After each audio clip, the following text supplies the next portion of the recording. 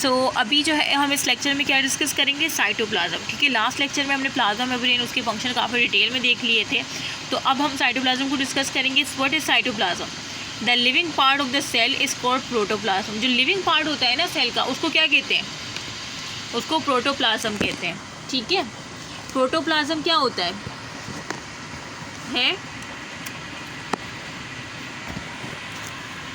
देखिए, ये सेल है, ये न्यूक्लियस है। ठीक है, nucleus plus cytoplasm is called protoplasm. तो प्रोटोप्लाज्म क्या है? ये जो प्रोटोप्लाज्म है ये क्या है? ये न्यूक्लियस प्लस साइटोप्लाज्म को हम क्या कह रहे हैं? प्रोटोप्लाज्म। तो the living part of the cell is called protoplasm. ये बात याद रखनी है।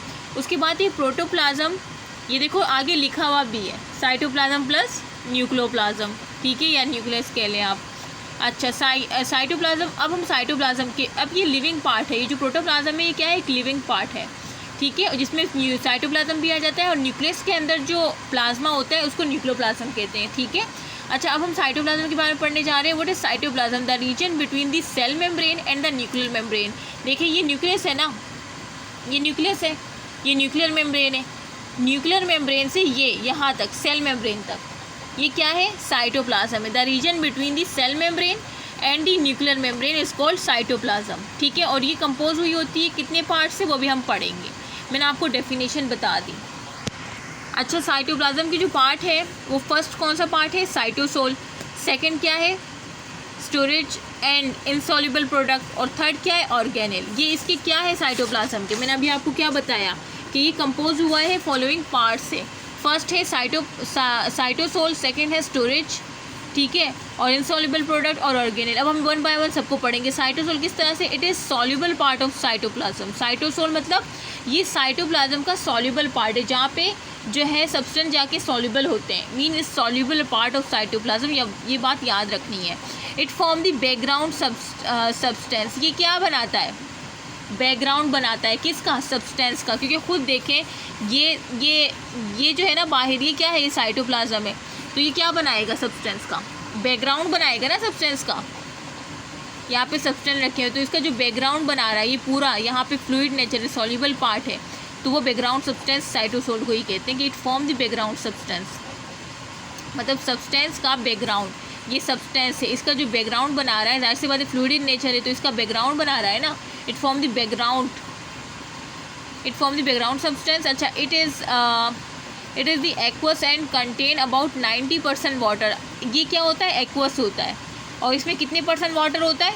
90% वाटर होता है। ये बात याद रखनी है। Cytosol consist of 2 types of solution. अब मैंने कहा कि ये एक्वस होता है, इसमें 90% वाटर होता है। अब इसके पास 2 टाइप के सोल्यूशन होते हैं। ठीक है, एक ट्रू सोल्यूशन होता है। ठीक है, ट्रू सोल्यूशन में क्या आ जाता है? एक ट्रू सोल्यूशन होता है, दूसरा क्या होता है? Colloidal solution. ट्रू सोल्यूशन क्या होता है? It contain small size molecule. इसमें स्मॉल साइज मॉलिक्यूल होते हैं। Form homogeneous mixture. जाहिर सी बात है स्मॉल साइज होंगे तो वो इजीली डिजॉल्व हो जाएंगे और होमोजीनियस मिक्सचर बनेगा। ठीक है, वाटर हो गया, सॉल्ट हो गए, शुगर्स हो गए, अमाइनो एसिड्स हो गए, न्यूक्लियोटाइड। ये क्या है? स्मॉल साइज है। शुगर हो गया, सॉल्ट, अमाइनो एसिड, ये न्यूक्लियोटाइड, ये सब इजीली वाटर में डिजॉल्व हो जाएंगे एक्वस में। स्मॉल साइज है तो क्या बनाएंगे? होमोजीनियस मिक्सचर बनाएंगे। तो ये ट्रू सोल्यूशन है। कोलाइडल सोल्यूशन क्या होता है? It contain large size. इसमें क्या होते हैं? लार्ज साइज होते हैं, लार्ज साइज मॉलिक्यूल होते हैं। जाहिर सी बात है कोलाइडल, देखिए ट्रू सोल्यूशन जिसमें होमोजीनियस मिक्सचर स्मॉल साइज होगा, लार्ज साइज मॉलिक्यूल कोलाइडल में होंगे, और ये हेट्रोजीनियस बनाएंगे मिक्सचर। क्यों? क्योंकि ये बड़े बड़े मॉलिक्यूल है। देखो ये बड़े बड़े मॉलिक्यूल है तो ये दिखेंगे ना, कोलाइडल बना रहे, कोलाइडल इन नेचर है, हेट्रोजीनियस मिक्सचर बना रहे हैं। और इसमें क्या आ जाएगा? देखो वाटर तो दोनों में ही होगा ना, वाटर तो एज आ वो है, एक्वस है। अच्छा, फैटी एसिड बड़े होते हैं, लार्ज मॉलिक्यूल होते हैं। स्टार्च लार्ज है, ग्लाइकोजन हो गया, आरएनए हो गया, ये सब क्या है? लार्ज मॉलिक्यूल है। तो ये कोलाइडल सोल्यूशन फॉर्म करते हैं और हेट्रोजीनियस मिक्सचर होता है इनका। ये याद रखने हैं। कोलाइडल सोल्यूशन में भी, अब कोलाइडल सोल्यूशन या तो सोल्यूशन हो सकता है या क्या हो सकता है? जेल हो सकता है। ठीक है, सोल्यूशन कब होगा? जब ये नॉन विस्कस होगा। नॉन विस्कस जब होगा तो मतलब नॉन विस्कस क्या होता है? रनी सोल्यूशन, मतलब बहेगा। अगर मैं यहाँ पे मैं रख दूँ तो ये बह के नीचे आता जाएगा। नॉन विस्कस है ना, रनिंग मतलब बहेगा, रनिंग सोल्यूशन है वो सोल्यूशन होगा। और जेल क्या होगा, विस्कस होगा। मतलब जैसे शहद हो गया, शहद विस्कस है, वो ज़्यादा नहीं बह सकता, वो आराम आराम से, और जबकि पानी ज़्यादा बह जाएगा सोल्यूशन की फॉर्म में। तो जेल, जैसे जेल कह लें तो विस्कस होती है, वो जेली लाइक होती है। तो ये कोलाइडल सोल्यूशन में दो पार्ट होते हैं, एक सोल्यूशन पार्ट होता है, एक जेल। मतलब एक जो नॉन विस्कस होगा वो सोल्यूशन होगा, जाहिर सी बात है वो रनिंग सोल्यूशन होगा, और जो विस्कस होगा वो जेली लाइक होगा, जेल होगा। ठीक है, तो ये मैंने आपको साइटोसोल का दो सोल्यूशन बता दिए। फिर कोलाइडल सोल्यूशन में मैंने सोल्यूशन और जेल किस तरह से होता है, हेट्रोजीनियस होमोजीनियस मिक्सचर किस तरह से होता है, एवरीथिंग मैंने बता दिया यहाँ पे। अच्छा, अब देखें insoluble waste and storage product. अब इनसॉल्युबल वेस्ट होते हैं, ठीक है, वेस्ट होंगे, वेस्ट जो होते हैं वो इनसॉल्युबल होते हैं, ठीक है, तो इस वजह से इनसॉल्युबल वेस्ट लिखा हुआ है। और स्टोरेज प्रोडक्ट हो गए, ये क्या होते हैं, ये इनसॉल्युबल होते हैं। Cytoplasm provide site for various storage. Cytoplasm क्या प्रोवाइड करता है, साइट प्रोवाइड करता है, किसके लिए, वेरियस स्टोरेज और वेस्ट प्रोडक्ट के लिए, ठीक है। और जैसे ये स्टार्च हो गया, ग्लाइकोजन, ये भी आपने पढ़े थे ना, स्टार्च और ग्लाइकोजन, ये लार्ज मॉलिक्यूल है, तो ये हल होंगे नहीं ना। कोलाइडल मतलब ये हल नहीं हो रहे, इनसॉल्युबल है। तो स्टार्च, ग्लाइकोजन, प्रोटीन हो गया, सॉल्ट होंगे ये, ठीक है, ये क्या बनाते हैं, ये क्या होते हैं, ये इनसॉल्युबल होते हैं। इनसॉल्युबल वेस्ट और स्टोरेज प्रोडक्ट, ये साइटोप्लाज्म इनको साइट प्रोवाइड करता है, इनको स्टोरेज प्रोडक्ट को और वेस्ट प्रोडक्ट को। जैसे कि स्टार्च हो गया, प्लांट में क्या होते हैं, स्टोरेज फॉर्म स्टार्च होता है ना, एनिमल्स में क्या होता है, ग्लाइकोजन होता है, और प्रोटीन, और कुछ प्रोटीन्स होते हैं, कुछ सॉल्ट्स भी होते हैं, ठीक है।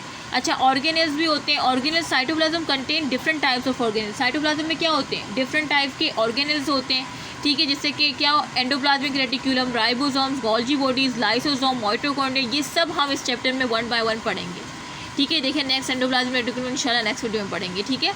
अब फंक्शन क्या है, मैंने आपको 3 पार्ट बता दिए, साइटोसोल बता दिया, फिर मैंने स्टोरेज और वो इनसॉल्युबल प्रोडक्ट का जो बताया, इनसॉल्युबल वेस्ट ये भी बता दिया, और फिर मैंने आपको ऑर्गेनेल्स का भी बता दिया। अब मैं आपको फंक्शन बताने जा रही हूँ, function of cytoplasm. It is the store house. ये क्या है, स्टोर हाउस है फॉर वेरियस सब्सटेंस के लिए। मतलब ये एक स्टोर हाउस होता है ना, आपके इसमें एक स्टोर रूम होता है, इस तरह से एक स्टोर हाउस है। स्टोर रूम में आप क्या रखते हैं, ज़रूरत की चीज़ें रख लूँ, ज़रूरत आने पे मैं ले लूँ, तो इस तरह से ये स्टोर हाउस है फॉर वेरियस सब्सटेंस के लिए, ठीक है। लाइक अमाइनो एसिड हो गया, न्यूक्लियोटाइड हो गया, ठीक है। तो भाई स्टोर हाउस है, साइटोप्लाज्म में है, मेरा ये स्टोर हाउस है, जब भी मुझे ज़रूरत पड़ेगी मैं इससे ले लूँगा, जैसे स्टोर रूम होता है हमारा, ठीक है। It provide site for various metabolic process. और ये प्रोवाइड करता है साइट किसके लिए, फॉर वेरियस मेटाबॉलिक प्रोसेस भी तो हो रहे होते हैं साइटोप्लाज्म में, जैसे ग्लाइकोलाइसिस हो गया, प्रोटीन सिंथेसिस हो गई, ये आप पढ़ेंगे इसी फर्स्ट ईयर में। ये ग्लाइकोलाइसिस, क्रेब्स साइकिल तो माइटोकॉन्ड्रिया में होती है, ग्लाइकोलाइसिस साइटोप्लाज्म में होती है, प्रोटीन सिंथेसिस भी, ठीक है। तो ये यही कह रहे हैं कि ये साइट प्रोवाइड करता है, वेरियस मेटाबॉलिक प्रोसेस भी हो रहे होते हैं यहाँ पे, ठीक है। तो ये 2 फंक्शन बता दिए मैंने आपको, स्टोर हाउस, स्टोर रूम की तरह याद रख लें कि जब भी आपको ज़रूरत पड़े आप ले लें कोई चीज़, और मेटाबॉलिक प्रोसेस के लिए भी साइट प्रोवाइड करता है, ठीक है। तो ये मैंने साइटोप्लाज्म का आपको ओवरव्यू दे दिया। अब हम पढ़ते हैं एंडोप्लाज्मिक रेटिक्यूलम, ठीक है। Endoplasmic reticulum, what is endoplasmic reticulum.